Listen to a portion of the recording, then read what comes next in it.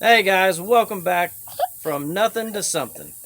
And I'd like to tell you a little bit more about this red one right here. This is the first Cummins that I bought. She's an 0659 with a common fuel rail and a CP3, which are supposed to be a lot more reliable than the VP44s and as far as electronically speaking. So she is a 5.9 common rail with a 6-speed transmission, 4-wheel drive, dually, 4-door, long bed, and actually we've built a flatbed to go on it for our contracting business. And these are the trucks that we're starting from the ground up. We're starting with the brakes and U-joints and differentials, all the axle seals and bearings. And this is the one that had the air intake elbow. May have had a couple mods done to it before I got it. May have been already had a programmer on it at one time. Whitey, actually, let me go back to this one real quick because I call this one the Holy Grail because it is a 5.9 Cummins 6-speed dual rear wheel. This one has anything and everything you could want, as far as I'm concerned, in a truck for a most reliable, most bad to the bone type of setup. And this one right here is a 02. Daddy, if you say out to the bone, you're out. You're silly. And we got some help today, so nothing wrong with a little bit of help. That's our life. That's what we live. Like. So let's tell them about this truck. This truck is a 0259 Cummins with a VP44 fuel injection pump and a Jasper transmission, automatic.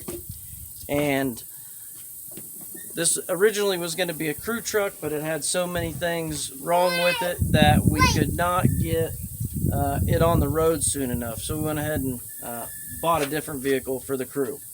So this thing has a leaking power steering unit. The engine leaks like a sieve. Really, we need to go through it and stop all the leaks and get everything done to it. So I was also saying earlier in an earlier video that I'm going to go through all the fluids and everything. And so that's one of the things I want to talk about, because starting from the ground up, and one of the things that I've always been a fan of is a little thing called BG products. And BG products is from my hometown. I was born and raised in Wichita, Kansas, and I've ran this in my 91 Ford F-150, and I believe that truck still runs as well as it does because of the protection it got from BG products. Now this is a EPR, and you put it in the crankcase and run it for a while and get all the gunk and everything cleaned out, and then you drain your oil and change your oil. And then you have a MOA that is a motor oil additive, and it gives any oil the protection of what would bring it up to almost BG standards. So we're going to start with 90, 75 weight, 140. Remington, please help me. Don't hinder me here. The life in the day of from nothing to something. I'll tell you right now, got a little bit of that going on all the time, every day. So, starting with the fluid at the very bottom of the truck, which is our rear end and our differentials, front end and rear end, and even can run this in your transfer case.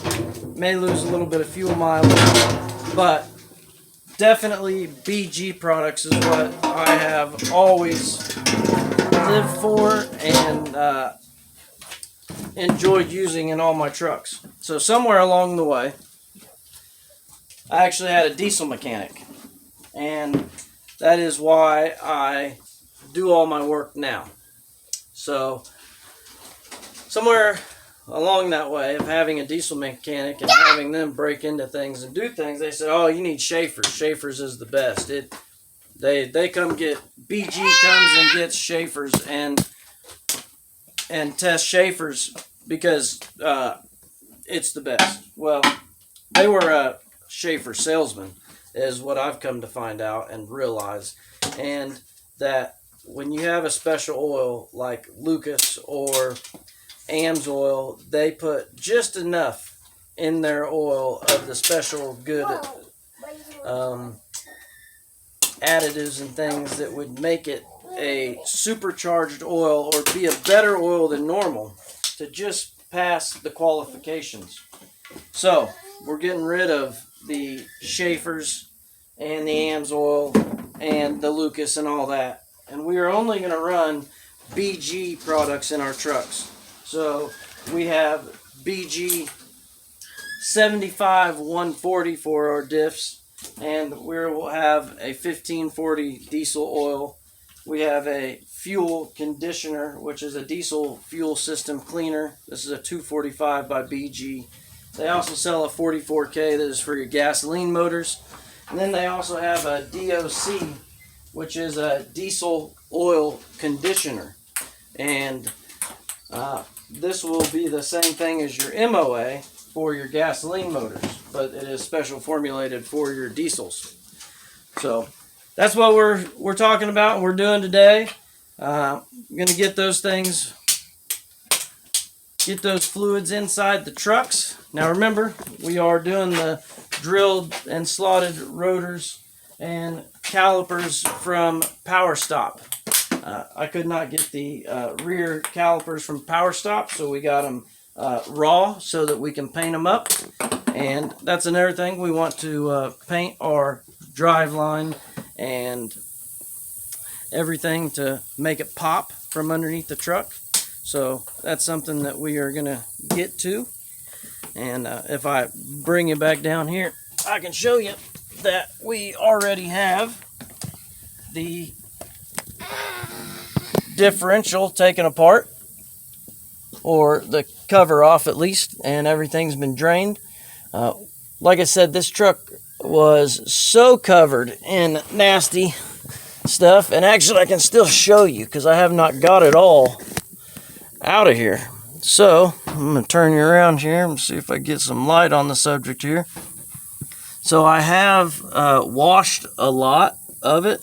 Oh yeah, there you go. Look at that gunk.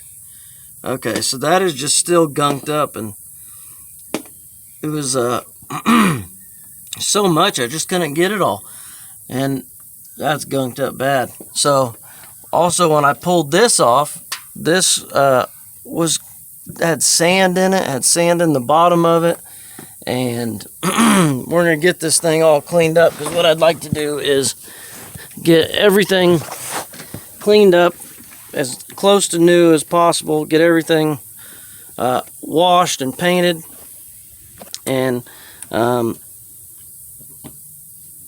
get this puppy back together and get her back on the road. And like I said in an earlier video, I bought the parts that I could to be able to replace everything and to get everything done as far as like the steering, just OEM replacement parts as far as your tie rod ends, tie rod, steering, your ball joints, everything like that. I bought the best parts I could for your brakes, rotors, calipers, and pads.